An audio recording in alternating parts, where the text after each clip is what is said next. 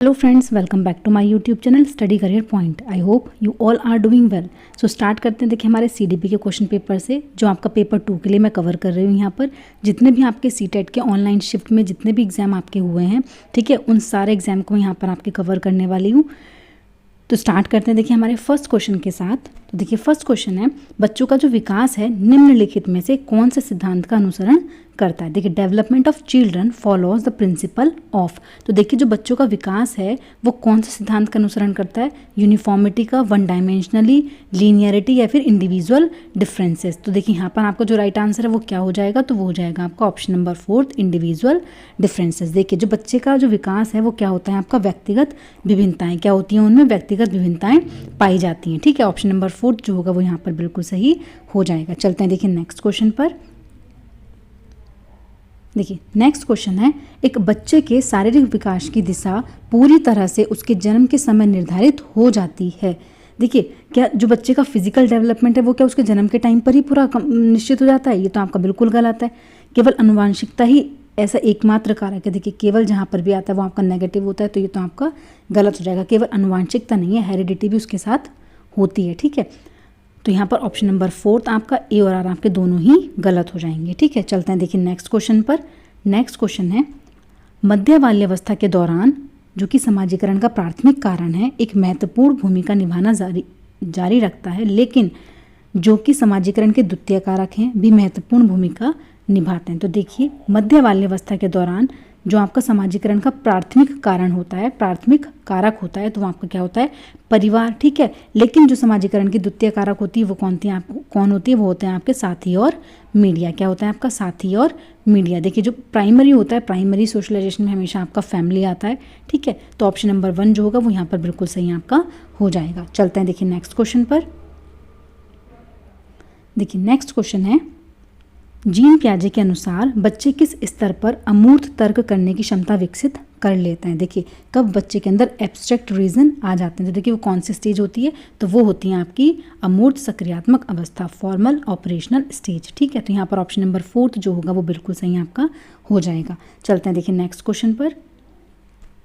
Next है, gene पियाजे के सिद्धांतों में दूसरों के अनुभवों व सांसारिक दृष्टिकोण को अपनी दृष्टि से देखने की प्रवृत्ति क्या कहलाती है। देखिए जीन पियाजे के अनुसार जो दूसरों के अनुभवों और सांसारिक जो दृष्टिकोण हैं उनकी दृष्टि से अपनी दृष्टि से देखने की जो प्रवृत्ति है वो क्या कहलाती है, तो वो आपकी क्या कहलाती है, अडेप्टेशन, ईगोसेंट्रिसिज्म, एनिमिज्म या फिर इक्विलिब्रेशन। तो यहाँ पर देखिए जो आपका राइट आंसर है वो क्या हो जाएगा, तो वो हो जाएगा आपका आत्म केंद्रीयता। क्या होती है आपकी, ईगोसेंट्रिसिज्म। ठीक है, ऑप्शन नंबर 2 जो होगा वो आपका बिल्कुल सही यहाँ पर हो जाएगा। चलते हैं देखिए नेक्स्ट क्वेश्चन पर। देखिए नेक्स्ट क्वेश्चन है, कोल वर्ग के नैतिक विकास के अनुसार किस स्तर पर नैतिक समझ, सजा, इनाम व प्रतिक्रियाओं की शक्ति पर आधारित होती है। देखिए according to Kohlberg's theory of moral development, the level in which moral understanding is based on rewards, punishment and the power of authority figure is called. तो देखिए वो जो स्टेज है वो आपकी क्या कहलाती है, तो वो स्टेज होती है आपकी प्री कन्वेंशनल स्टेज। क्या होती है आपकी प्री कन्वेंशनल स्टेज। देखिए प्री कन्वेंशनल स्टेज में ही आपका जो आती है, आपका लेवल आता है वो होता है आपका जो लेवल, आपका जो प्री कन्वेंशनल लेवल होता है उसमें जो स्टेज आती है आपकी पनिशमेंट, ओबीडियंस। ठीक है, तो उसमें बच्चा क्या करता है, सजा से या पनिशमेंट से बचने के लिए क्या करता है, चीज़ें करता है, तो वो आपकी किस में आती हैं, वो आती हैं आपकी प्री कन्वेंशनल लेवल में। ठीक है, चलते हैं देखिए नेक्स्ट क्वेश्चन पर। देखिए नेक्स्ट है, संज्ञानात्मक विकास में भाषा जैसे सांस्कृतिक साधनों के महत्व को किसने अपने सिद्धांत में प्रस्तावित किया। तो देखिए वो आपका किसने किया है, तो वो किया है आपका लेव वाइगोत्स्की ने। किसमें, सामाजिक सांस्कृतिक थ्योरी में। ठीक है, सोशियो कल्चर थ्योरी बाय लेव वाइगोत्स्की। ठीक है, तो यहाँ पर ऑप्शन नंबर 1 जो हो जाएगा वो बिल्कुल सही आपका हो जाएगा। ठीक है, चलते हैं देखिए नेक्स्ट क्वेश्चन पर। नेक्स्ट क्वेश्चन है, देखिए लेव वाइगोत्स्की ने प्रस्तावित किया कि जो बच्चे हैं पुनरावृत्ति और स्मरण को, देखिए स्मरण को निष्क्रिय रूप से देखते हैं, गलत है आपका। ठीक है, संज्ञानात्मक विकास के 8 क्रमिक चरणों से गुजरते हैं, बिल्कुल गलत है। वे विकास में बहुत सारी संभावनाएं हैं जिनमें वे चीज़ें शामिल हैं जो वे दूसरों के समर्थन से करने में सक्षम होते हैं, बिल्कुल सही है। देखिए जो लेव वाइगोत्स्की हैं वो क्या करते हैं, वो आपका जो आपकी कोलैबोरेटिव लर्निंग होती है कि आप सहकर्मियों के साथ बैठकर ज़्यादा सीखते हैं। ठीक है, तो उस पर बिलीव करते हैं। तो यहाँ पर जो होगा तो ये यही चीज़ बोल रहा है आपका ऑप्शन नंबर थर्ड जो होगा वो यहाँ पर आपका बिल्कुल सही हो जाएगा। ठीक है, देखिए जन्म के समय निश्चित बौद्धिक क्षमताओं के साथ पैदा होते हैं जिन्हें बदला नहीं जा सकता, या ये भी आपका क्या हो जाएगा, बिल्कुल गलत हो जाएगा। ठीक है, चलते हैं देखिए नेक्स्ट क्वेश्चन पर। देखिए नेक्स्ट है, एक प्रगतिशील कक्षा में जो शिक्षिका है बच्चों की रुचि के अनुरूप करके सीखने की पद्धति का पालन करती है। देखिए स्मरण या फिर अभ्यास गलत हो जाएगा आपका। ठीक है, सुनिश्चित करती है कि सभी अधिगम परीक्षाओं की तरफ केंद्रित हों, सिर्फ परीक्षाओं की तरफ, सहयोग के बजाय प्रतिस्पर्धा को बढ़ावा, देखिए कंपटीशन को बढ़ावा नहीं देना। ठीक है, तो यहाँ पर भी आपका ऑप्शन नंबर 1 जो होगा वो बिल्कुल सही हो जाएगा। ठीक है, ऑप्शन नंबर 1 जो होगा वो यहाँ पर बिल्कुल सही आपका हो जाएगा। चलते हैं देखिए नेक्स्ट क्वेश्चन पर। देखिए नेक्स्ट क्वेश्चन है, खुद को समझने व अपने विचार, संवेग, भावनाओं, अभिप्रेरण को पहचानने के कौशल किस प्रकार की बुद्धि में शामिल हैं। तो देखिए the ability to understand oneself and knows one's thought, emotion, feeling, motives is called. तो देखिए वो कौन सी आपकी बुद्धि होती है, तो वो किस बुद्धि में आपके पाए जाते हैं, तो वो बुद्धि होती है आपकी कौन सी, इंट्रा पर्सनल। कौन सी होती है आपकी, इंट्रा पर्सनल। ठीक है, ऑप्शन नंबर 3 जो होगा वो यहाँ पर बिल्कुल सही हो जाएगा। चलते हैं देखिए नेक्स्ट क्वेश्चन पर। नेक्स्ट क्वेश्चन है, लेव वाइगोत्स्की के अनुसार भाषा व संज्ञानात्मक विकास का आपस में कोई संबंध नहीं होता। बिल्कुल गलत है। भाषा व संज्ञानात्मक प्रक्रियाओं का विकास एक दूसरे से स्वतंत्र होता है। बिल्कुल गलत, सही है, बिल्कुल गलत है। ठीक है, भाषा उन साझे अनुभवों को सुसाधित करती है जो संज्ञानात्मक प्रक्रियाओं के लिए आवश्यक है, फिर भाषा का विकास संज्ञानात्मक विकास के पश्चात होता है। तो ये भी आपका गलत हो जाएगा। ठीक है, यहाँ पर ऑप्शन नंबर 3 जो होगा, भाषा उन साझे अनुभवों को सुसाधित करती है जो संज्ञानात्मक प्रक्रियाओं के लिए आवश्यक हैं। ठीक है, ऑप्शन नंबर 3 जो होगा वो यहाँ पर आपका बिल्कुल सही हो जाएगा। चलते हैं देखिए नेक्स्ट क्वेश्चन पर। देखिए नेक्स्ट क्वेश्चन है, अधिगम के आकलन में निम्नलिखित में से क्या शामिल है। तो देखिए अधिगम के आकलन में निम्नलिखित में से आपका क्या शामिल है, विद्यार्थियों को समान क्षमता वाले समूह में वर्गीकृत करना। देखिए वर्गीकृत आपको नहीं करना है। चिंतन प्रक्रियाओं को समझना बिल्कुल ठीक है। बच्चे के सीखने की तैयारी का स्तर पता लगाना, ये भी आपका सही है। तो यहाँ पर ऑप्शन नंबर 2 जो हो जाएगा, सेकंड और थर्ड आपके बिल्कुल सही हो जाएंगे। ठीक है, सेकंड और थर्ड आपके बिल्कुल सही हो जाएंगे। चलते हैं देखिए नेक्स्ट क्वेश्चन पर। यह कथन कि लड़के बुद्धिमान होते हैं जबकि लड़कियां आज्ञाकारी होती हैं, किसका उदाहरण है। तो देखिए किस चीज़ का है, तो ये आपका जेंडर स्टीरियोटाइप। ठीक है, जेंडर स्टीरियोटाइप, जेंडर रूढ़िवादिता का एग्जाम्पल है। ठीक है, तो यहाँ पर ऑप्शन नंबर 2 जो होगा वो आपका बिल्कुल सही हो जाएगा। चलते हैं देखिए नेक्स्ट क्वेश्चन पर। देखिए आकलन किस प्रकार का होना चाहिए। तो देखिए केवल मात्रात्मक, व्यापक, मानकीकृत या फिर ओनली समेटिव। तो देखिए यहाँ पर ना तो सिर्फ मानकीकृत होगा ना ही समेटिव होगा, यहाँ पर होगा आपका कॉम्प्रीहेंसिव। क्या होगा आपका, कॉम्प्रीहेंसिव। तो ऑप्शन नंबर 2 जो होगा वो यहाँ पर बिल्कुल सही हो जाएगा। चलते हैं देखिए नेक्स्ट क्वेश्चन पर। नेक्स्ट क्वेश्चन है, बच्चों का मूल्यांकन क्यों किया जाना चाहिए। तो देखिए बच्चों का मूल्यांकन जो है वो क्यों किया जाना चाहिए, बच्चों के प्रदर्शन की तुलना करने के लिए, बच्चों में प्रतिस्पर्धा को बढ़ाने के लिए, धीमी गति से सीखने की पहचान और नामीकरण। देखिए नामीकरण नहीं करना, प्रतिस्पर्धा को बढ़ावा नहीं देना। ठीक है, तुलना नहीं करनी है। यहाँ पर ऑप्शन नंबर 4 सीखने सिखाने की प्रक्रिया में सुधार करने के लिए। तो यहाँ पर ऑप्शन नंबर 4 जो होगा वो बिल्कुल सही आपका हो जाएगा। चलते हैं देखिए नेक्स्ट क्वेश्चन पर। देखिए समावेशी शिक्षा किस पर बल देती है, जो इंक्लूसिव एजुकेशन है वो किस चीज़ पर बल देती है, प्रत्येक छात्र की क्षमता को बढ़ाने में, सीखने में कमियों को देखने में, कमियों को नहीं देखना, शैक्षणिक प्रदर्शन के आधार पर संज्ञानात्मक कौशल के आकलन पर। देखिए संज्ञानात्मक कौशल के आकलन पर, कॉग्निटिव स्किल के आकलन पर, ये भी आपका गलत है।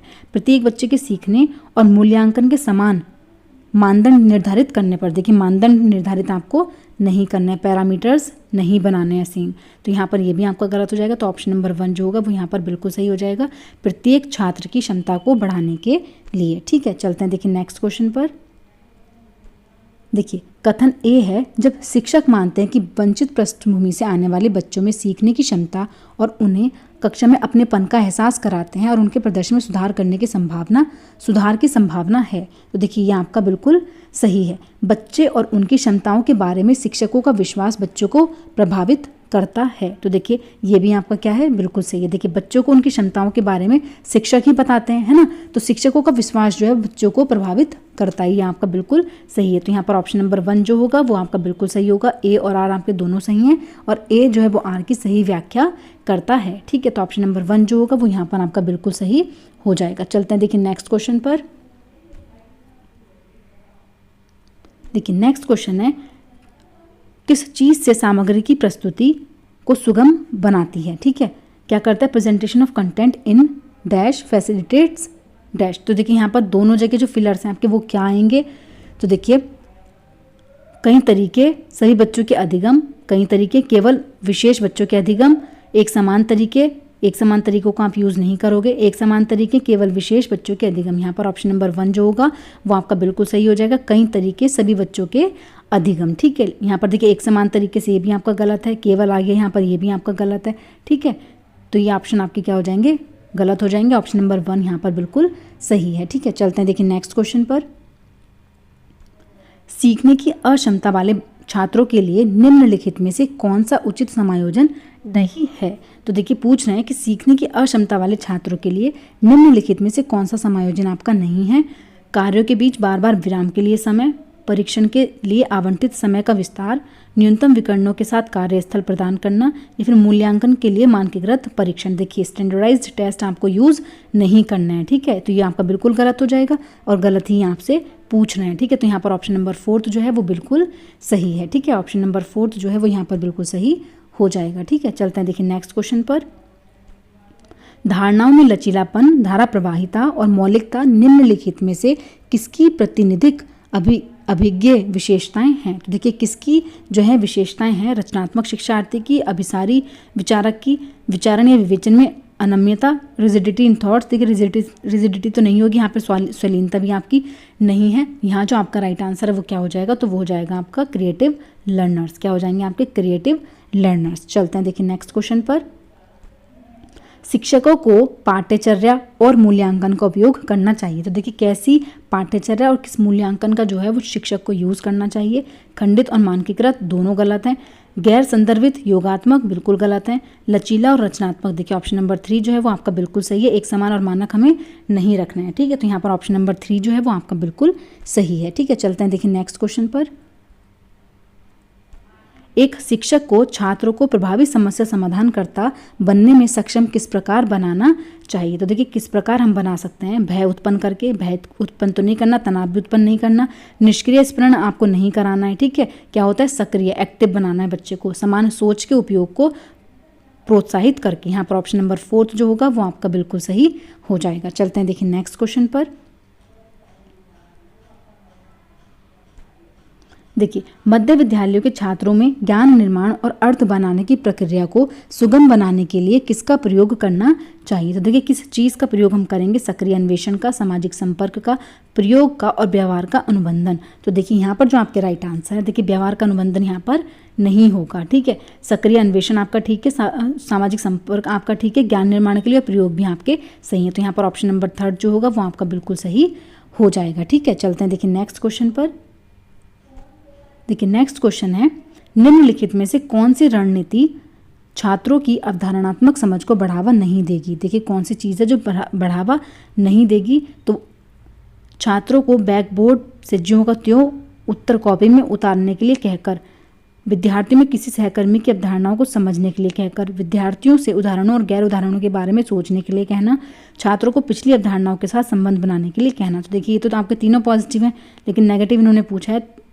जब हम क्या करेंगे, ज्यों का त्यों बोर्ड से उतारेंगे, कॉपी करना नहीं वो कराते हैं। ठीक है, कॉपी करना आपका नहीं अच्छा माना जाता है पेडागोजी में। ठीक है, तो वो आपका क्या होगा, नेगेटिव होगा कि ज्यों का त्यों आप ऐसी कॉपी पर उतार लो, तो वो आपका क्या हो जाएगा, गलत हो जाएगा। गलत ही आपसे यहाँ पर पूछ रहे थे। ठीक है, तो ऑप्शन नंबर 1 जो होगा वो आपका बिल्कुल सही हो जाएगा। चलते हैं देखिए नेक्स्ट क्वेश्चन पर।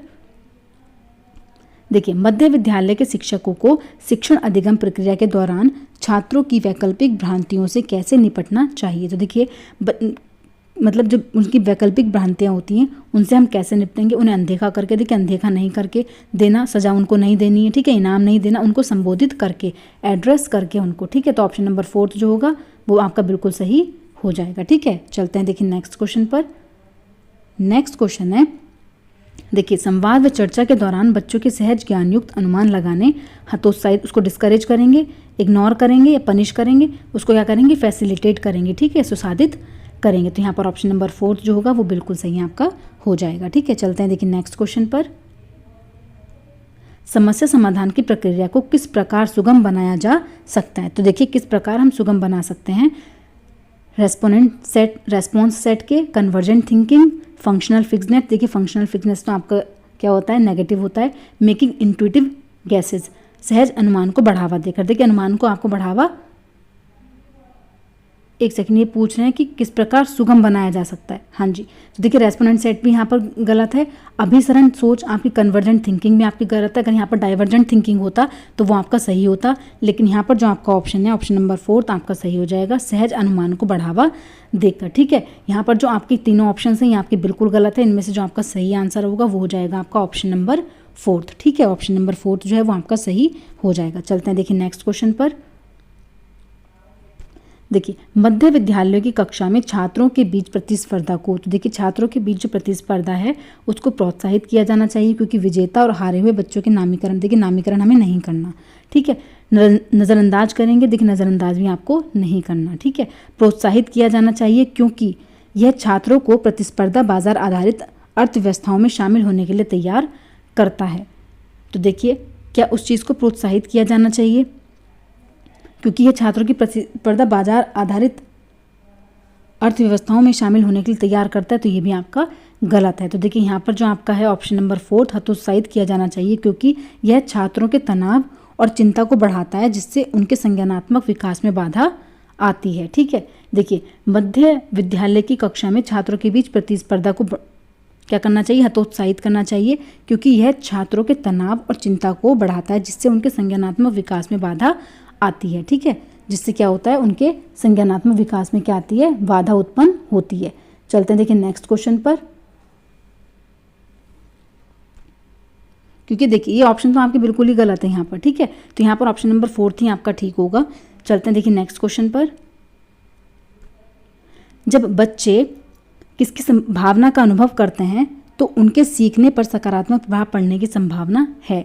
तो देखिए कौन सी ऐसी चीज़ है जो भावना का अनुभव करते हैं और उनके सीखने पर क्या है, सकारात्मक प्रभाव डालते हैं। तो देखिए शेम है, फियर है, जॉय है या फिर ह्यूमिलेशन है। तो देखिए यहाँ पर जो आपका राइट आंसर है वो क्या हो जाएगा, तो वो हो जाएगा आपका खुशी, आपका जॉय। ठीक है, ऑप्शन नंबर 3 जो होगा वो बिल्कुल सही हो जाएगा। चलते हैं देखिए नेक्स्ट क्वेश्चन पर। देखिए नेक्स्ट और लास्ट क्वेश्चन है आज का। छात्रों को अपनी सफलता और विफलता के लिए आंतरिक कारकों को जिम्मेदार ठहराने पर प्रतिबंध करने के लिए प्रोत्साहित करें, जिससे उन्हें खुद पर रचनात्मक रूप से काम करने में मदद मिलती है। तो देखिए ये आपका बिल्कुल सही हो जाएगा, क्योंकि देखिए जब बच्चे अपनी सफलता और अविफलता के लिए आंतरिक कारकों को जिम्मेदार ठहराते हैं, ठीक है, तो उसको क्या करेंगे, हम उसको प्रोत्साहित करने पर प्रतिबंध करेंगे, जिससे क्या होगा कि उनकी जो रचनात्मक रूप है, ठीक है, उसमें उसे काम करने में मदद मिलेगी। ठीक है, तो यहाँ पर ऑप्शन नंबर 1 जो होगा वो आपका बिल्कुल सही है। देखिए सफलता और असफलता के आंतरिक गुण व्यक्तियों को कड़ी मेहनत करके अपने प्रदर्शन को बेहतर बनाने में मदद करते हैं। देखिए ये पॉइंट भी आपका बिल्कुल सही है, और ये पॉइंट क्या कर रहा है, आपका आपके कथन की बिल्कुल सही व्याख्या कर रहा है कि जो सफलता और असफलताएं होती हैं वो आंतरिक गुण व्यक्तियों को कड़ी मेहनत करके उनके प्रदर्शन को बेहतर बनाने में क्या करते हैं, उनकी हेल्प करते हैं। ठीक है, तो यहाँ पर ऑप्शन नंबर 1 जो हो जाएगा वो आपका बिल्कुल सही हो जाएगा। ए और आर आपके दोनों सही हैं, और ए जो है वो आर की सही व्याख्या करता है। ठीक है, ऑप्शन नंबर 1 जो होगा वो यहाँ पर आपका बिल्कुल सही हो जाएगा। तो देखिए आज का सेशन जो है वो यहाँ आपका यहीं पर कंप्लीट होता है। अगर आपको मेरी क्लास पसंद आई है तो प्लीज़ मेरे चैनल को लाइक करें, सब्सक्राइब करें और शेयर करें। Thank you.